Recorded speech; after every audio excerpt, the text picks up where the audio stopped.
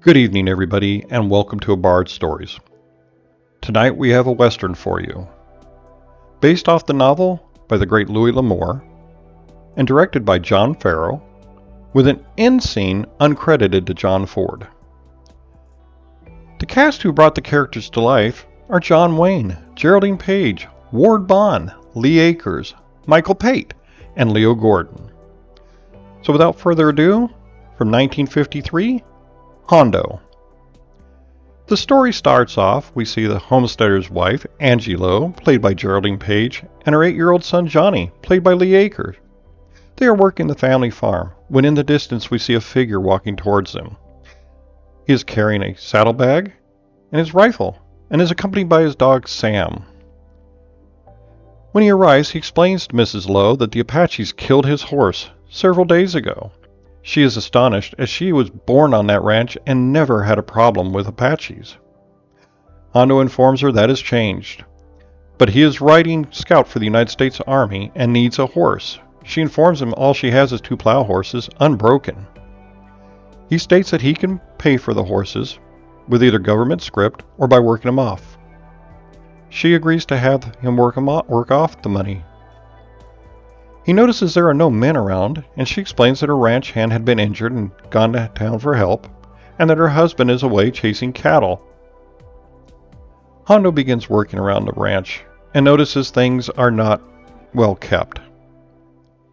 He eventually confronts Mrs. Lowe about this, stating that the horses are improperly shoed. There's not an edge on the axe, to which she says she never could put an edge on the axe, and that 5 pounds of coffee are almost gone.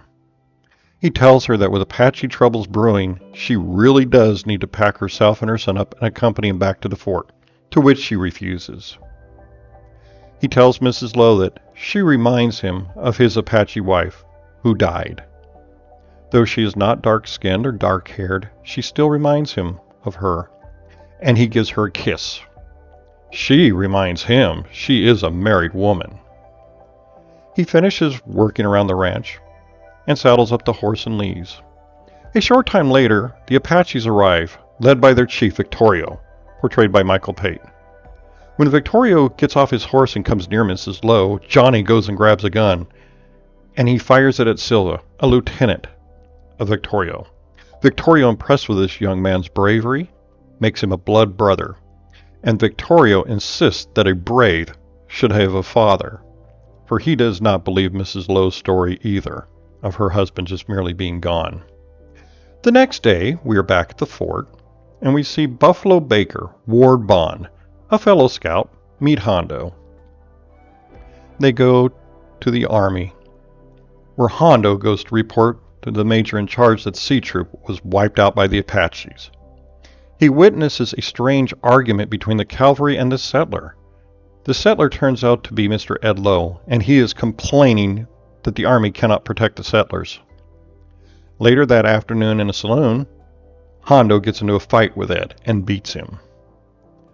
Back at the ranch, Victorio, sure that Mrs. Lowe's husband is dead, gives her an ultimatum: to take an Apache as husband by the next rains or leave. Many Apache braves are showing off their prowess to her. We then go to the next morning back at the fort, where Ed Lowe accuses Hondo of stealing his horse, as it has the EL brand. Many people state Hondo did not steal the horse. Hondo then gets on his horse, and he leaves back for the ranch, fearing for Mrs. Lowe. Ed, who is still quite upset about getting his butt handed to him by Hondo, and that Hondo has his horse, decides to follow him and bushwhack him. While at a watering hole, Indians are present. Hondo starts to hide from them when Ed tries to kill him. Hondo beats him, killing Ed, and in Ed's dying hands he sees him clutching a photo of Johnny. Hondo takes this photo and starts to run, the Apaches in hot pursuit, but they capture Hondo and start to torture him. When one of the braves takes the portrait to Victorio, seeing the photo, Victorio stops the torture. He asks if he is his father, to which he says yes. But Silva, not happy, wants to fight Hondo to the death, as Hondo had killed his brother. Victorio agrees for a one-on-one fight to the death. Hondo is victorious, but lets Silva live. The Apaches then drop him off at the ranch. He is in bad shape. Mrs. Lowe does say that is her husband, lying to save his life. Hondo and Mrs. Lowe start to have a love affair as he's recuperating. They're falling in love, the old-fashioned style. Hondo attempts one night to tell her the truth of her husband's death, but is interrupted by Victorio. The chief has come to tell them that the soldiers will soon come, and he tells Hondo he is to mislead the cavalry and send them in a different direction, to which Hondo refuses. Victorio is satisfied that Hondo is a good man. After Victoria leaves, Angie admits she loves Hondo, and they kiss. Later, the Apaches and the soldiers have an off-screen battle, and when they return to the ranch, Hondo learns Victorio is dead, and all the protections promised by Victorio are now gone. Hondo finally is able to tell Mrs. Lowe about her husband's death. He wishes to go tell her son. She says it would be unkind to tell the boy the truth of his father, for she knew what he really was. But she had found out that Hondo had a ranch in San Dimas, and states that that secret will not follow them to Hondo's ranch in California. After a true Hollywood cowboy and Indian chase, he escaped to return to the fort. And there, they decide to go on to Hondo's ranch in San Dimas, California, to live happily ever after, so we are led to believe.